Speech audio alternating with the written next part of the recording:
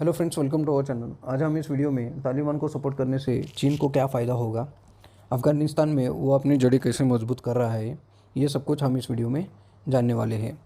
तो सबसे पहले चीन ने क्या किया था, कतर और जॉर्डन के जो राजदूत रहे हैं यूई जाओ योंग, उनको काबुल भेज दिया था। उसके बाद फिर चीन ने विदेश मंत्री वांग यी ने तालिबान के डिप्टी लीडर बरादार से मुलाकात की और तब से उन दोनों का टोन सेट हो गया है। 15 अगस्त को तालिबान ने काबुल पर कब्जा कर पूरे अफगानिस्तान पर कंट्रोल हासिल किया तो सबसे या अगले ही दिन चीन ने दोस्ती का हाथ बढ़ा दिया था। तो अब तक तालिबान शासन को कूटनीतिक मान्यता देने का मामला हो या सबसे पहले दोस्ती का हाथ बढ़ाने का, चीन सबसे आगे है। ओके, चीन के विदेश मंत्रालय की प्रवक्ता ने कहा था कि तालिबान से वो दोस्ताना रिश्ता चाहते हैं। 25 अगस्त को चीन के राजदूत वांग यू ने काबुल में तालिबान के पॉलिटिकल ऑफिस में deputy head Abdul Salam Hanafi से मुलाकात की। यह किसी भी देश के डिप्लोमेट की तालिबान प्रशासन से पहली मुलाकात है और इससे ये साबित होता है कि तालिबान को चीन पूरी तरह से मदद कर रहा है। तो तालिबान को सपोर्ट के बदले चीन क्या चाहता है ये देखेंगे। चीन ने जो कहा उसके मुताबिक वह तालिबान से दोस्ती चाहता है ताकि जिनजियांग प्रांत में आतंकी ग्रुप की एक्टिविटी को रोक सके। चीन के विदेश मंत्री की बरादार से मीटिंग के दौरान भी उइगर आतंकियों का मसला उठा था। वांग यी ने तो कहा भी था कि तालिबान को ETIM से संबंध तोड़ने होंगे। यह संगठन चीन की राष्ट्रीय सुरक्षा और क्षेत्रीय अखंडता के खिलाफ सीधे सीधे खतरा है। तो ये ETIM दरअसल है क्या, ये देखेंगे। तुर्किस्तान इस्लामिक मूवमेंट को ही ईस्ट तुर्किस्तान इस्लामिक मूवमेंट कहा जाता है। यह पश्चिम चीन में उइगर इस्लामिक चरमपंथी संगठन है।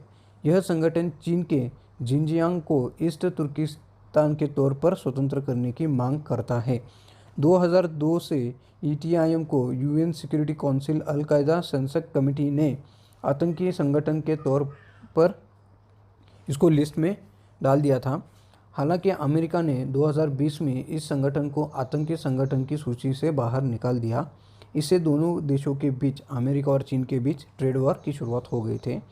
अमेरिका, UK और UN ने चीन पर जिनजियांग में लोकल मुस्लिम उइगर आबादी के खिलाफ मानव अधिकार उल्लंघन के आरोप लगाए हैं।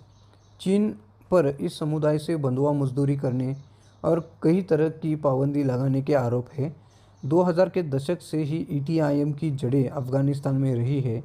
इसे तालिबान व अल कायदा का सपोर्ट प्राप्त है। इसलिए अब ये चीन क्या चाहता है, तालिबान को सपोर्ट करके ये ETIM के मूवमेंट को ख़त्म करना चाहता है। तो क्या सिर्फ टेररिस्ट ग्रुप को कंट्रोल करने का इरादा चीन का है? तो ऐसा बिल्कुल नहीं है। तो अफगानिस्तान में रेयर अर्थ्स और लिथियम समेत कई खनिज भंडार है। इनके बारे में पहले जानकारी नहीं थी। पिछले 20 साल में अफगानिस्तान में खनिजों को लेकर कई आकलन आए हैं। अमेरिकी रिपोर्ट्स का दावा है कि $3 ट्रिलियन यानी $3 ट्रिलियन का खनिज भंडार वहाँ दबा हुआ है। यह आकलन 2010 का है। इसकी आज की कीमत बहुत अधिक हो सकती है।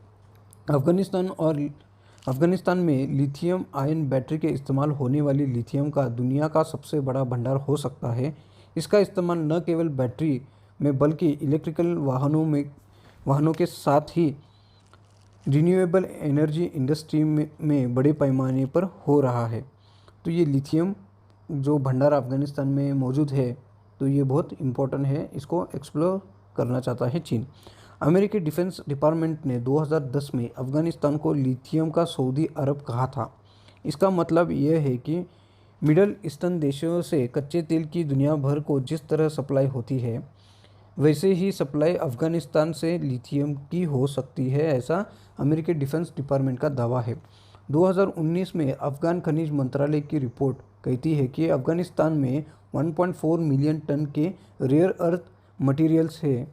वह 17 एलिमेंट्स का एक ग्रुप है जो कंज्यूमर इलेक्ट्रिकल्स से लेकर मिलिट्री इक्विपमेंट तक में इस्तेमाल होते हैं। इसके अलावा copper, gold, oil, natural gas, uranium, bauxite, कोयला, rare earths, chromium, lead, zinc, gemstone, sulphur, gypsum के बड़े भंडार यहाँ पे मौजूद है। अफगानिस्तान की दिक्कत यह है कि लंबे समय से देश ने युद्ध के हालात झेले हैं। इस वजह से खदानों को एक्सप्लोर नहीं किया जा सकेगा और अफगानिस्तान के पास इसकी टेक्निक भी नहीं होगी, इसलिए चीन उनकी मदद कर रहा है। अमेरिका और अफ़गान सरकारों ने जब स्टडी की तो लिथियम, कॉपर समेत कई मिनरल्स के भंडार की जानकारी सामने आई थी। तो क्या चीन सिर्फ ये रेयर मटेरियल की वजह से वहाँ गया है? तो ऐसा नहीं है, दूसरा और भी बहुत सारा फेवर उसको तालिबान से चाहिए। चीन के strategic belt and road initiative BRI का दायरा बढ़ जाएगा अगर वो तालिबान को सपोर्ट करता है। अगर पेशावर से काबुल सड़क से जुड़ जाएगा तो BRI का दायरा भी बढ़ जाएगा। इस रोड को बनाने की बातचीत पहले भी हुई है। यह रोड बन जाता है तो मिडल ईस्ट के लिए चीन अपना सामान या चीनी सामान को पहुंचाने में मदद मिलेगी। यह अधिक सुविधाजनक और तेज़ डिलीवरी में काम आएगा। काबुल से होकर नया रास्ता बनता है तो BRI से जुड़ने के लिए भारत पर निर्भरता कुछ हद तक कम हो जाएगी। चीन के लंबे समय से हो रहे अनुरोध के बाद भी भारत ने BRI से जोड़ने में अब तक इनकार ही किया है। तो ये सब कुछ चीन का फ़ायदा है, इसलिए वो अफ़गानिस्तान यानी तालिबान को सपोर्ट कर रहा है। आतंकी गतिविधियों को भी या आतंकी मूवमेंट को कम करने के लिए, रेयर अर्थ जो मटेरियल है उसको एक्सप्लोर करने के लिए, और BRI का ज़रा बेल्ट और रोड इनिशिएटिव का दायरा बढ़ाने के लिए ये चीन तालिबान को सपोर्ट कर रहा है। तो इस वीडियो में बस इतना ही। Thank you.